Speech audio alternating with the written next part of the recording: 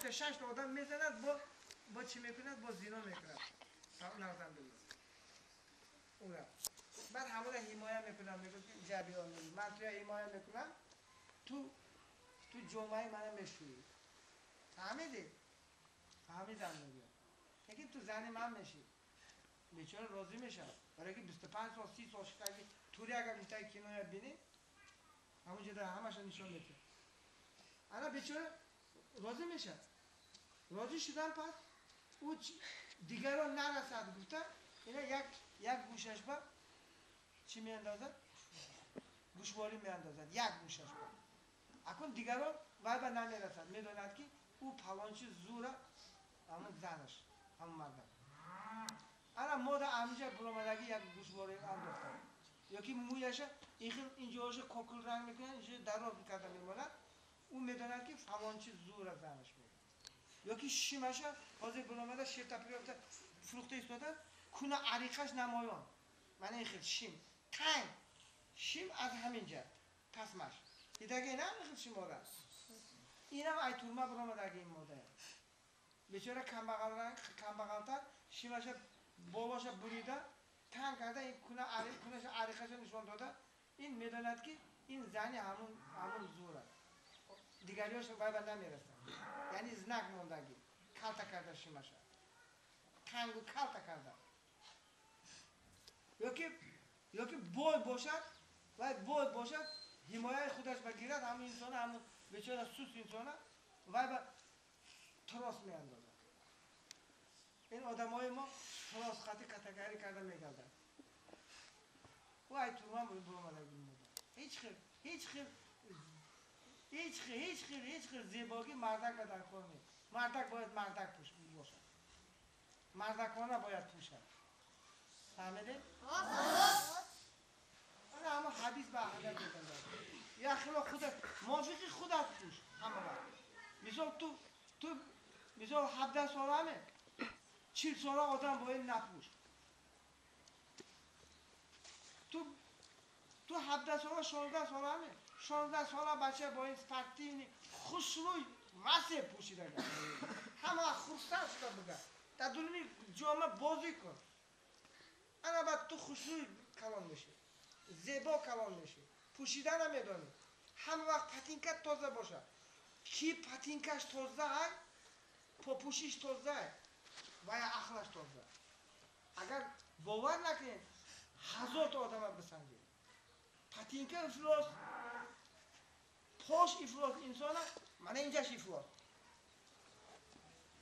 خود زار میگردد برای که این پا با نگاه نمیکنه پاپوشیش پچک کجیله کجله چیرکین اهمیت دیدین همه انسان عقل نداره دیدین چقدر اهمیت میتونه اینتلیگنس هم میگن اینتلیگنس پوشیدن چقدر اینتلیگنس شدن در کار اینتلیگنس آیسته آیسته پوشیدن یاد گیرین اینتلیگنت میشه اینتلیگنس گفتگی پوشیدن دانستگی انسان اینتلیگنت میگن با اینتلیگنت های ما هست که کاستیوم بلوک گالستوگو ایجاده کاژنی ایوانچه دار شپکه میپوشد در کدام دولت این خیلی میپوشد خوجایی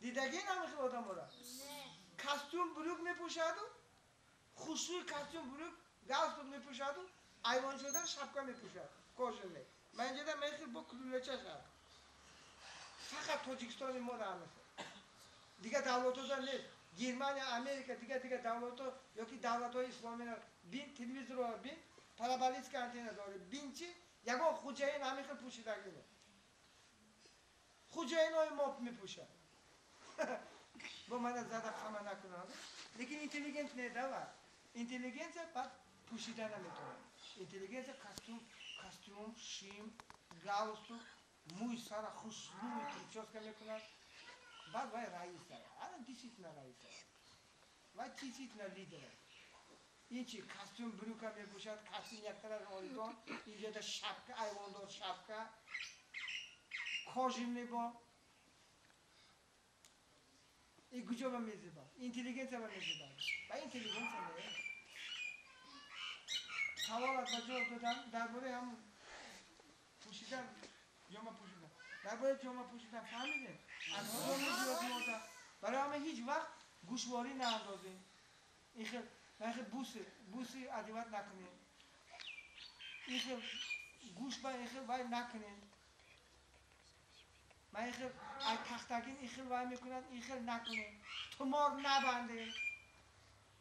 این انسانگری پوشیدن من نمیدونم. توغله نمیدونم. یا خیلی همین بوینو تگی من میاشتم. او بیمون است.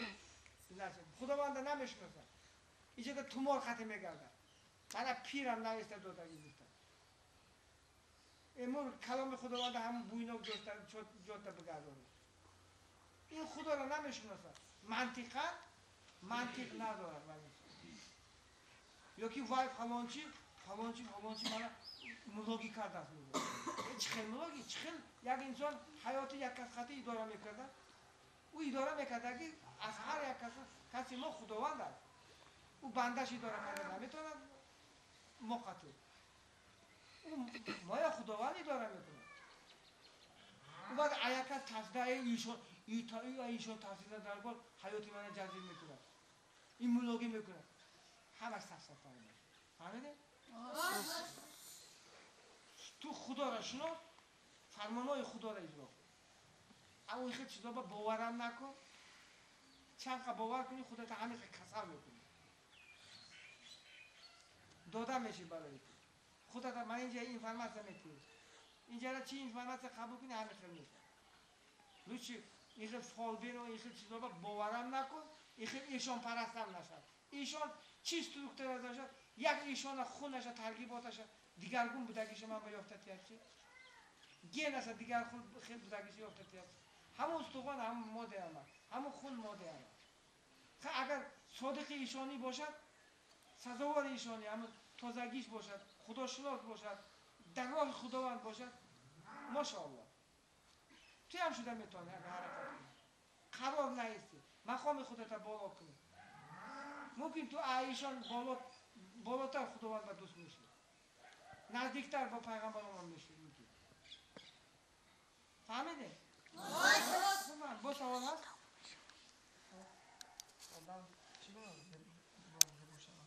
زیبا درباره زیبایی بچه‌م گپ زدم значит درونی خاراکتر خود چند زیبا کنی چند خلق اطوارت بازیاب کنی یعنی درونی وجدانت بیدار کنی وجدان انسانیت بیدار کنی یک کس خفا کردی بمالو نگردی البته بخشش پرسی وجدانت عذاب تیاد یا که دزدی کردی دستت نرود این پاک است این حرامگری است بدانی بفهمی تو زیبا هستی تو خداوند همین خیلی میکند که تو بیرونی بیزه باشم پیش انسان همین خیلی زیبا میتونه که از تو در زیباترین انسان نمیشه حیاتت بختت همین خیلی بختناک میشد که از تو در بختناک انسان نمیشه دختری که همین خیلی فهمیش دار تو بزنی میبراید که الهی توبه برای که تو با عقل هستی او زیباگی تو با او حسنی تو با نمیپرد دخترها همه عقل تو با میپرد هست همه خیلی بنگی ها بینی خوشا سیبسی و رنگش تام پتازه همون بینی همون تمام خوش روی ای دختر درم خوش روی لیکن خلق و اطوارش حرام همون دیدی دلت بیوزور میشه زیباگی اوشه چکار میکنی و همون زیبا هست هم او شرمنده شرم سوارو او را او حذر میکنی حتی ساختی آبی که تازه میتواردی درونش در سنگ بقایی بنگ بقایی همه چیزا جزیر خورده هم نمیشه لیکن این خیلی دور بینی زیبا